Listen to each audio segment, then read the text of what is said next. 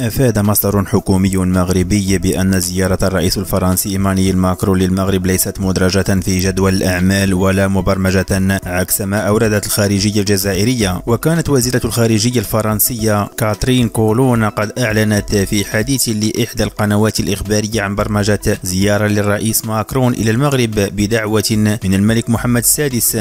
وعبر المصدر الحكومي الرسمي ذاته عن استغرابه لكون كولونا اتخذت هذه المبادرة أحادية الجانب ومنحت لنفسها حرية إصدار إعلان غير متشاور بشأنه بخصوص استحقاق ثنائي هام. وعرفت العلاقات المغربية الفرنسية مؤخرا توترا ظهرت بوادره ومؤشراته إلى السطح، ولعل أبرز مظاهر هذا التوتر قضية تأشيرات، إذ عملت باريس على رفض طلبات تأشيرات المقدمة من طرف المغاربة بقنصليتها. وبعد الزلزال الذي ضرب المغرب يوم 8 شتنبر الجاري وخلف حوالي 3000 قتيل وآلاف الجرحى ب5 أقاليم، عرضت فرنسا تقديم مساعدات للمغرب، لكن المملكة المغربية تجاهلت هذا العرض وتفاعلت مع عروض أخرى منها المقدم من إسبانيا. وكانت صحيفة الجارديان البريطانية قد قالت إن الرئيس ماكرون حاول استعمال المساعدات الإنسانية بعد الزلزال المميت الذي تركز في أعالي جبال الأطلس لتهدئة الأوضاع مع المغرب. وأشارت الجارديان إلى أن التوترات تصاعدت بين البلدين حتى قبل وقوع الزلزال، ولم يرسل المغرب سفيرا إلى فرنسا منذ أشهر. وألغى ماكرون عدة زيارات رسمية مقررة إلى الرباط، ولطالما ألقى الحكم الاستعماري الفرنسي على المغرب الذي استمر من العام 1912 إلى عام 1956 بظلاله على العلاقات بين البلدين. وفي وقت سابق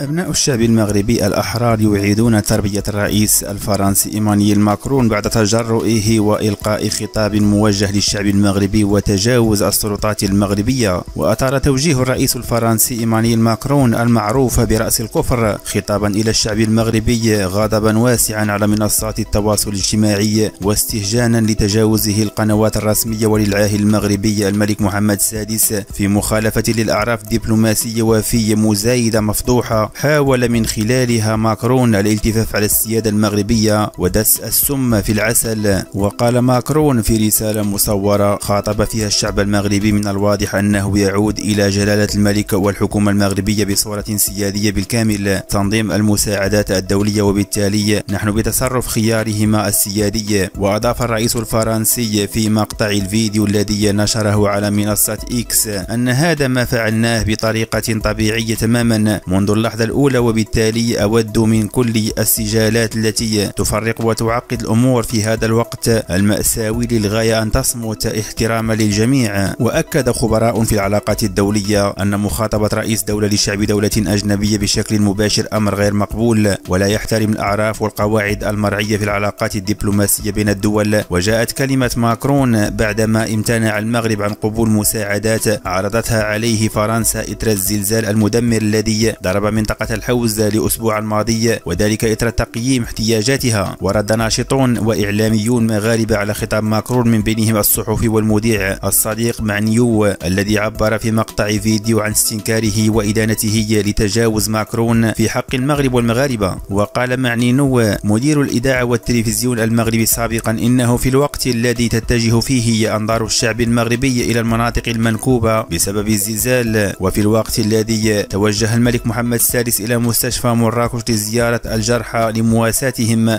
والاطمئنان عليهم، وفي الوقت الذي كانت فيه آلاف الشاحنات متوجهة إلى المناطق المتضررة من الزلزال من أجل التخفيف من آلام المواطنين هناك، يخرج علينا الرئيس الفرنسي بخطاب موجه مباشرة إلى الشعب المغربي واصفا خطابه بالسابقة الخطيرة في العلاقات الدولية والمراهقة السياسية. وتساءل معنين في مقطع فيديو بثه عبر مواقع التواصل الاجتماعي وتداوله الناشط بكثافة هل يمكن لماكرون أن يوجه مثل هذا الخطاب إلى الشعب الروسي أو الألماني؟ بالتأكيد لا يمكن لماكرون أن يفعل ذلك. وأجمع رواد مواقع التواصل الاجتماعي في المغرب على أن رسالة الرئيس ماكرون قد وصلت، وجوابها هو أن المغاربة وراء ملكهم ونظامهم ومؤسساتهم، وإذا ما وافق الملك محمد السادس على مساعدة فرنسا فسيكونون أول المرحبين بها والشاكرين لها. وأكدوا أن المغاربة يفرقون جيدا بين الدول الصديقة والدول التي تحاول الاستفادة من أزمتهم والظهور بمظهر الداعم، في حين أن مواقفها السياسية أثبتت العكس مرارا وتكرارا. وقال ناشط: الشعب المغربي يسمى المغاربة وليس المغربيون. المغرب والمغاربة يشكرونك على مشاعرك الطيبة والتي لسوء الحظ لا تعكس مطلقا. إذن في فضيحة وبالدليل القاطع، كابرانات فرنسا متورطون في إشعال الحرائق في منطقة القبائل أو في منطقة بجاية الأمازيغية من أجل إحراق شعبها وتهديدهم وإخافتهم، لأن الحراك الشعبي الجزائري بدأ في الانبعاث من جديد، فالكابرانات لم يجدوا وسيلة لإخماده إلا بإشعال الحرائق في أراضيهم وتركهم يحترقون دون مساعدات في الوقت الذي يمكن للمغرب أن يخمد هذه الحرائق في ساعات باستخدام طائرات قنادير، لكن كابرانات فرنسا يرفضون السماح لطائرات الجيش المغربي بالدخول لإخماد الحرائق. كيف ذلك وهم الذين أشعلوا هذه الحرائق بأيديهم من أجل الانتقام من شعب القبائل الحر الأمازيغي المستعمر من قبل جارة السوء الزريبة المجاورة المسماة الجزائر. هنا بالدليل القاطع الشعب أو الكابرانات هم المسؤولون عن إشعال هذه الحرائق، وبالدليل وبالصورة وبالفيديو الكل كان يشك أن الكابرانات خلف هذه الحرائق، ولكن الآن جاء الدليل على أن الكابرانات هم من خلف هذه الحرائق ويشعلونها بطريقة متعمدة.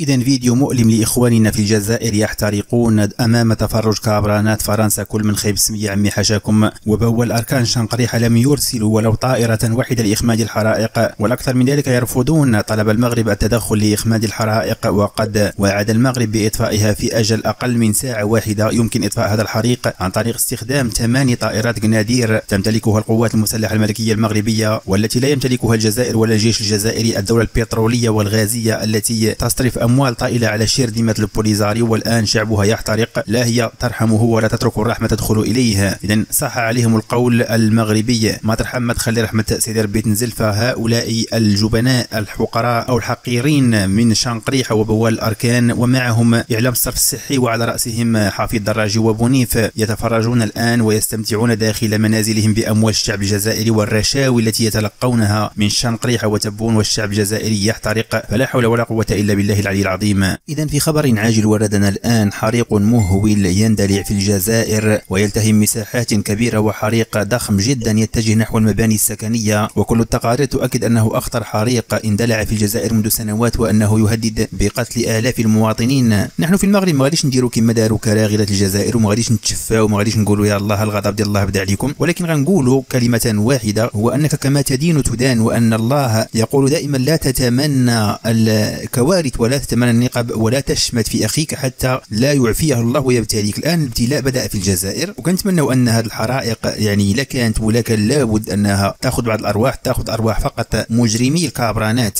كل من شنقريحة وأزلامه وتوابعه من مرضى النفوس في الجزائر، إضافة إلى إعلام الصرف الصحي. وعلاش إلا كان ممكن تبدا لنا بالسي بونيف هو الأول دي هذه الحرائق وتهنينا منه ومن الفتن التي ينشرها بين الشعبين المغربي والجزائري. أما الجزائريين الأحرار، الإخوان ديالنا في الجزائر الأحرار، المواطنين الشرفاء الذين أبانوا أنهم كانوا مع المغرب بقلبهم رغم أن المغرب رفض مساعدة الكابرانات، فنتمنى أن يسلموا من هذا الحرائق، وأن تكون بردا وسلاما عليهم، وأن لا تمسهم بسوء، لأنه يبقى في الأخير وفي الأول وفي الأخير أن الشعبين المغربي والجزائري شعبين شقيقين. لكن كابرانات فرنسا نجحوا في السنوات الأخيرة في زرع فتيل الفتنة بين الشعبين، إلى درجة أن مجموعة كبيرة من الشعب الجزائري أصبحت تردد أسطوانة العدو الخارجي والوهم والصهاينة وإسرائيل، وأن المغرب يهدد استقرار الجزائر، وهضموا تلك الأسطوانة. بل أن هنالك من النشء الجزائري الذين نشأوا على كراهية المغرب وعلى حقائق مغلوطة للتاريخ، مثل وهم جمهورية القياطن والعجاج والخريطة الحقيقية للمغرب والتراث المغربي المسروق من طرف الجزائر وما إلى ذلك. إذن كلها أمور تدعو إلى أن نكون حذرين، لأن الكابرانات قد نجحوا في السنوات الأخيرة إلى حد كبير في غسل دماغ شريحة كبيرة من الشعب الجزائري. ولكن نحن في المغرب لا يمكن أن نتخذ من هؤلاء الكراغلة قدوة لنا، لأن البوصباعيين ليسوا قدوة لنا. نحن إخوان الجزائريين الأحرار، ولكن لسنا أو لا نقتدي بالبوصباعيين، ونتمنى أن يعم الدمار على كل الجزائر. ولكن نقول نتمنى أن يكون اللطف في قدر الله في هذا الحريق على إخواننا في الجزائر الأحرار بطبيعة الحال.